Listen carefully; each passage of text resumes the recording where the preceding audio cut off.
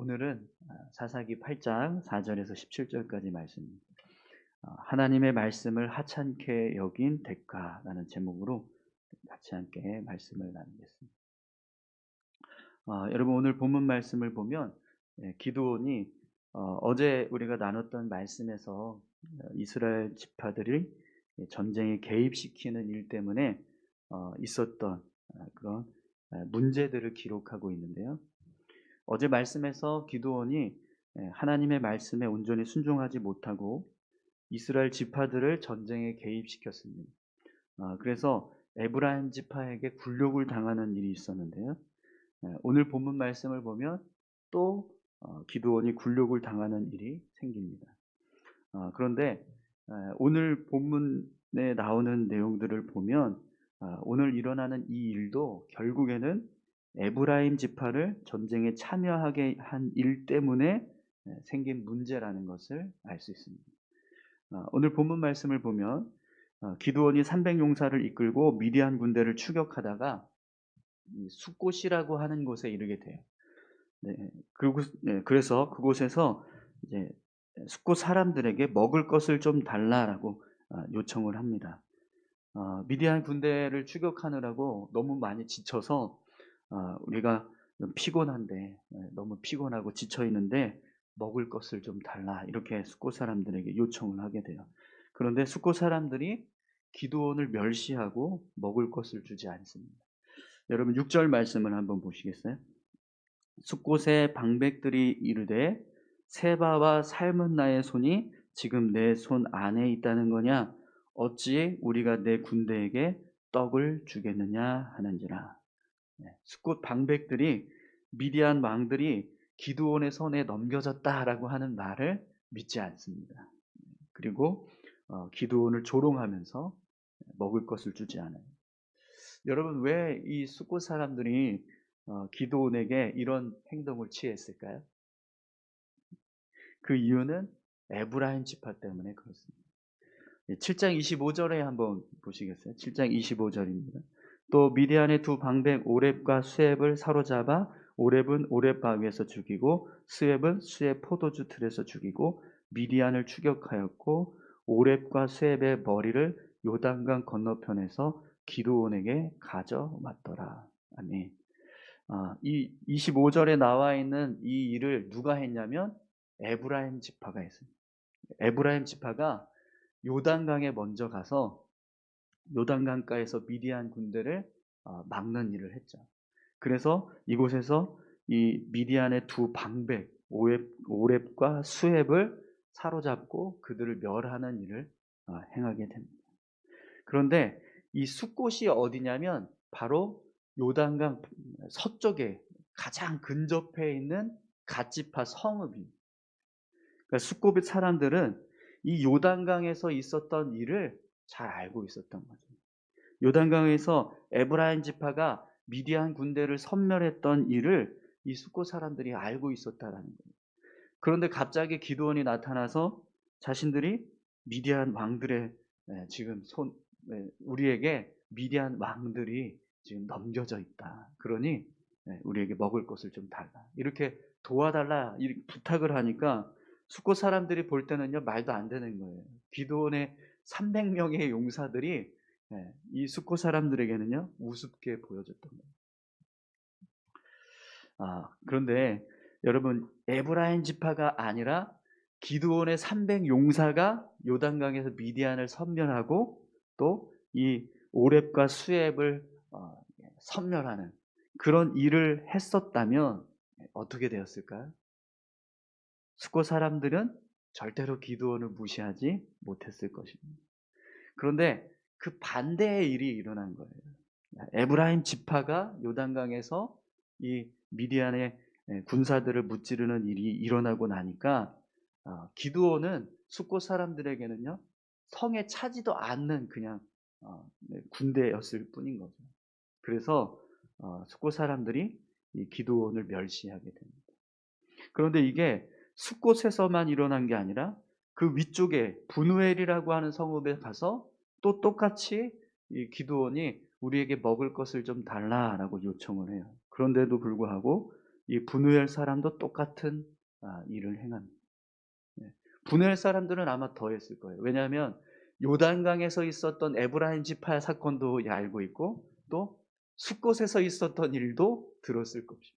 그렇기 때문에 숫곳에서도 무시당한 이 사람들을 우리가 뭐 더 이렇게 좋은 게 있다고 잘 대해주는 게 아니라 오히려 더 무시했을 것입니다. 그래서 결국에는 이렇게 지금 기드온이 숫곳과 분우엘에서 조롱을 당합니다. 너희가 무슨 미디안 왕들을 추격을 하냐? 300명밖에 되지 않는 그 인원으로 뭘 어떻게 하려고 하냐? 이런 식으로 멸시를 당하는 일을 겪게 됩니다. 여러분, 기드온이 하나님의 방식대로 일하지 않고 사람의 힘을 빌린 대가가 이렇게 계속해서 무시와 조롱으로 이어지는 모습을 우리가 말씀을 통해서 보게 됩니다. 어제 우리가 말씀드렸지만 하나님께서 명령하신 대로 300명만 가지고 끝까지 싸웠다면 기드온은요 정말 엄청난 영광을 누리게 되었을 거예요. 그런데 인간의 힘을 빌리는 바람에 계속해서 이렇게 굴욕을 당하고 조롱을 당하는 일을 겪게 됩니다. 여러분, 저는 이 일이 그냥 우연히 일어나는 일이 아니라고 생각합니다. 왜 그러냐면 하나님은요 하나님의 말씀을 함부로 대하는 사람들을요 낮추세요. 잠언 13장 13절을 보면 이렇게 말씀하십니다. 말씀을 멸시하는 자는 자기에게 패망을 이루고 계명을 두려워하는 자는 상을 받느니라. 하나님의 말씀을 멸시하는 자는요 패망이 이루고 하나님의 말씀을 두려워하는 자는 상을 받는다라고 말씀하세요. 그래서 여러분, 결국에는 이렇게 조롱과 멸시를 당하니까 기드온이 어떤 일을 하는지 보십시오. 7절에서 9절까지 말씀을 보겠습니다. 기드온이 이르되 그러면 여호와께서 세바와 삶은 나를 내 손에 넘겨주신 후에 내가 들가시와 찔레로 너희 살을 찢으리라 하고 거기서 분우엘로 올라가서 그들에게도 그같이 구한즉 분우엘 사람들의 대답도 숫곳 사람들의 대답과 같은지라. 기드온이 또 분우엘 사람에게 말하여 이르되 내가 평안히 돌아올 때에 이 망대를 헐리라 하니라. 기드온이 화가 나서요 숫곳은 들가시와 찔레로 처단을 하고 분우엘은 망대를 헐어버리겠다 이렇게 맹세를 합니다. 여러분, 지금 기드온은요 다른 지파들에게 도움을 받기는커녕 멸시와 조롱을 당합니다. 그러니까 화가 나서 결국에는 자신의 동족을 처단하겠다라고 하는 결단을 냅니다. 여러분, 사람의 힘으로 하나님의 일을 하려고 하면 이렇게 문제가 생깁니다. 여러분, 하나님의 말씀에 귀를 기울이고 또 말씀에 순종하는 저와 여러분들이 다 되시기를 바랍니다. 정말 우리가요 하나님께서 말씀하신 그 말씀을 정말 끝까지 붙잡아야 하는 순간들이 있어요. 우리가 인생을 살아갈 때, 삶을 살아갈 때요 이 순간만큼은 정말 하나님을 100% 신뢰해야 되는 순간이 있습니다. 사실 기드온에게는요 이 300명을 가지고 미디안 군대를 섬멸하게 하시겠다라고 하신 하나님의 그 말씀을 끝까지 신뢰했어야만 했습니다. 그런데 그렇지 못했어요. 결국에는 이스라엘 지파들을 전쟁에 개입시키는 바람에 이렇게 계속해서 조롱과 멸시를 당합니다.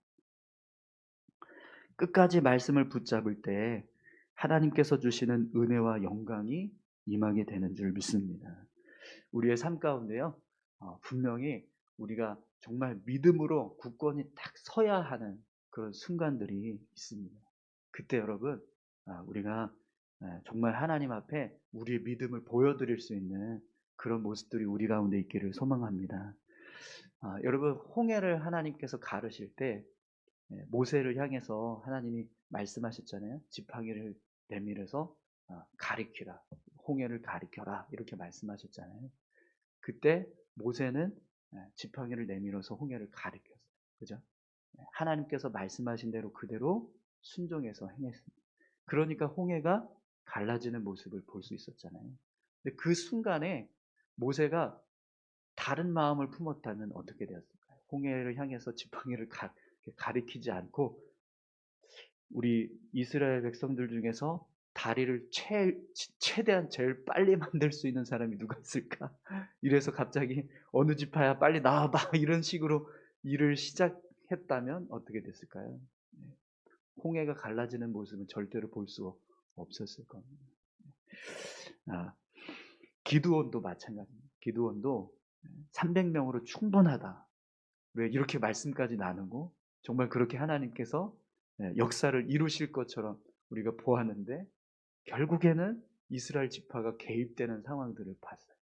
근데 그 이어지는 모습들을 보면 계속 멸시당하고 조롱당하는 순간들이 계속 이어집니다. 믿음을 지키지 못하니까 이런 일들이 생긴다는 거죠. 오늘 저와 여러분들이 정말 하나님 앞에 믿음을 지켜야 될 순간에 믿음을 지키는 자 다 되시기 바랍니다. 그런데 오늘 본문 말씀을 보면 기드온의 모습과는 반대로 하나님의 모습은 변함이 없었어요. 기드온은 말씀을 어기고 이스라엘 지파들을 전쟁에 개입시켰습니다. 그런데 하나님은 그런 상황에서도 계속해서 전쟁의 승패를 바꾸지 않으세요. 그리고 계속 기드온이 이 미디안 군대를 물리칠 수 있도록 그렇게 도우십니다. 여러분 11절에서 12절 말씀을 한번 보시죠.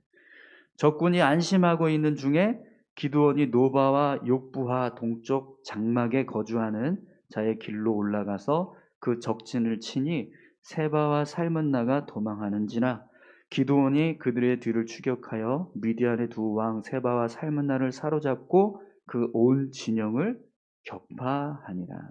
아멘.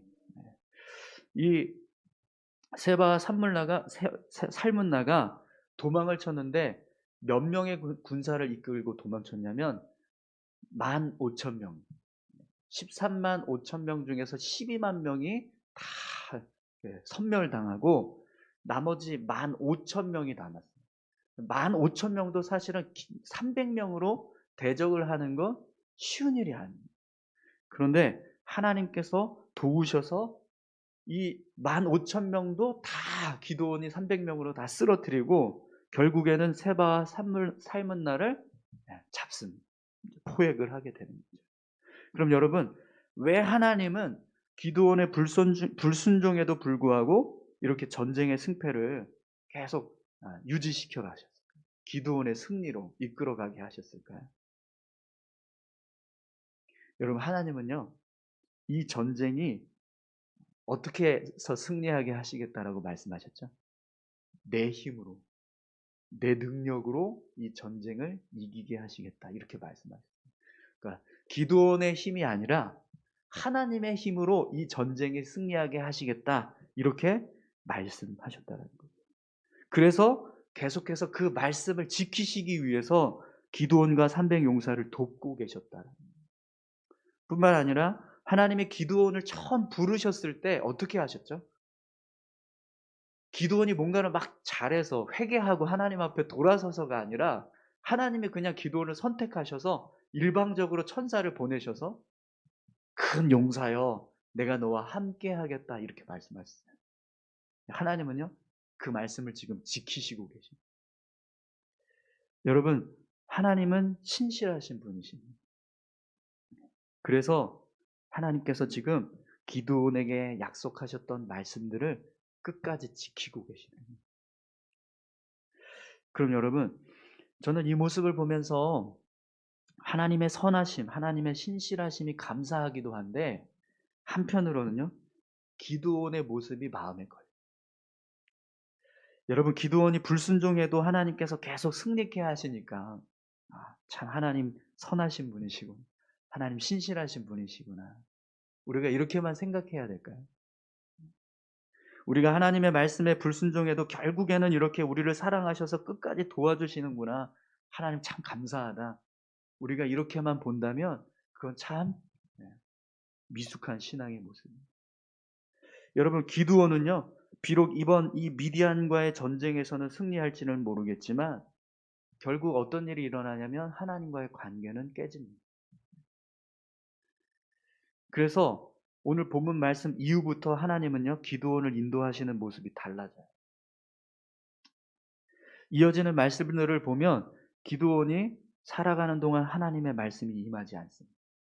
하나님께서 어떤 말씀도 하지 않아요. 기드온에게 말씀을 주시지 않았다라는 거예요. 하나님과의 관계가 깨어지니까 더 이상 하나님이 기드온의 삶에 개입하시지 않는 거예요. 여러분, 기드온의 삶에 하나님의 말씀이 임하지 않으면 어떤 일들이 일어날까요? 하나님께서 침묵하시니까 그의 삶의 모습을 보면 하나님이 기뻐하시는 일들을 행하지 않아요. 여러분, 오늘 15절에서 17절 말씀을 한번 보십시오. 기드온이 숫곳 사람들에게 이르러 말하되 너희가 전에 나를 희롱하여 이르기를 세바와 삶은 나의 손이 지금 내 손 안에 있다는 거냐? 어찌 우리가 내 피곤한 사람들에게 떡을 주겠느냐 한 그 세바와 삶은 나를 보라 하고 그 성읍의 장로들을 붙잡아 들가시와 찔레로 숫곳 사람들을 징벌하고 분을 망대를 헐며 그 성읍 사람들을 죽이니라. 아멘.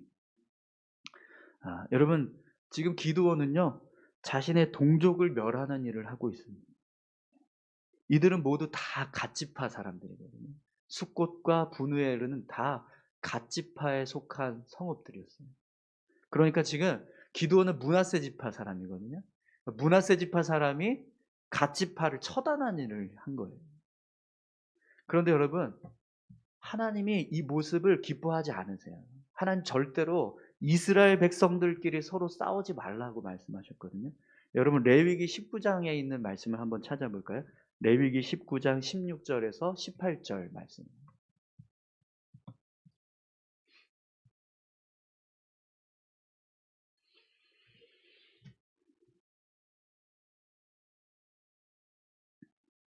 19장 16절부터 18절 한번 읽어보겠습니다.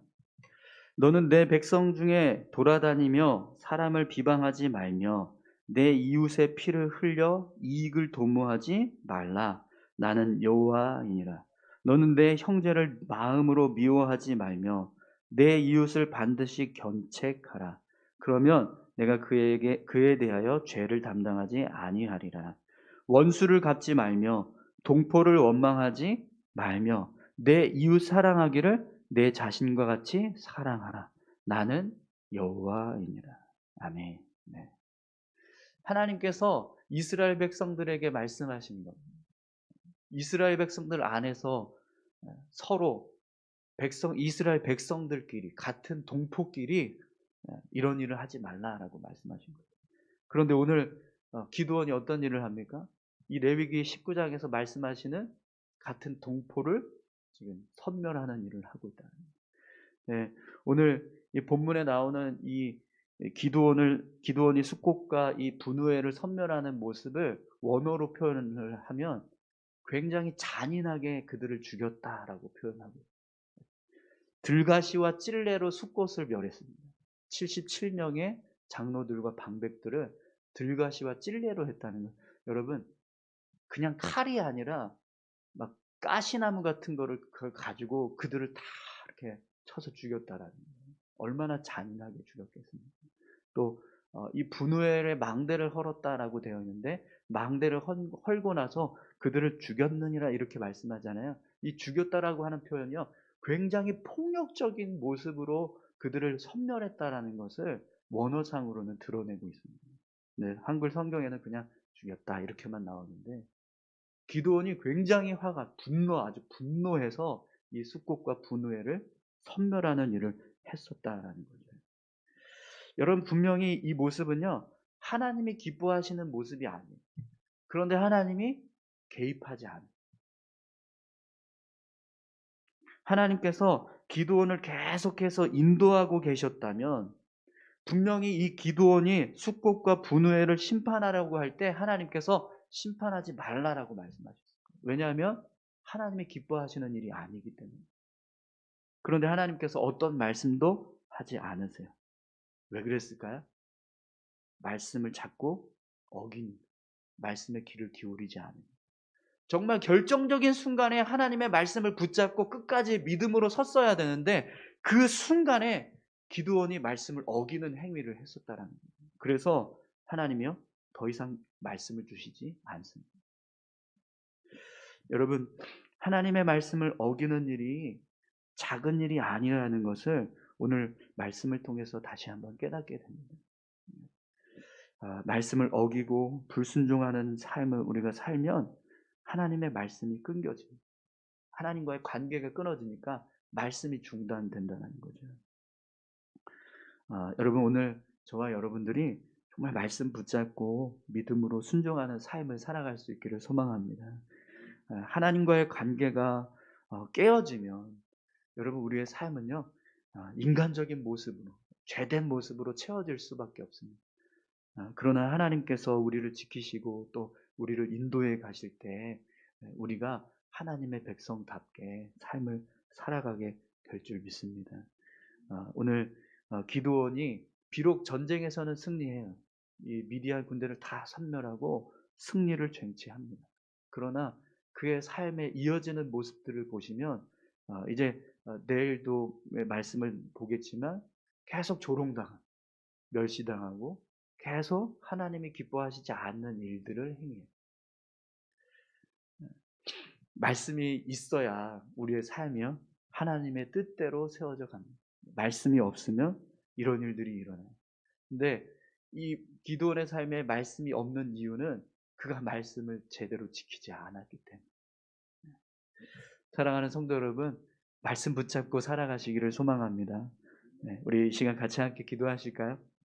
함께 기도하실 때 하나님, 우리가 믿음을 지키며 살아가게 도와주십시오. 정말 하나님께서 끝까지 우리에게 믿음을 지키고 순종하는 삶을 살아가라고 말씀하실 때 그때 우리가 정말 하나님 앞에 바로 서서 믿음을 지키고 하나님을 붙잡을 수 있는 그런 귀한 믿음의 사람들 될 수 있게 해달라고 다 같이 함께 기도하셨으면 좋겠습니다. 함께 기도하시겠습니다.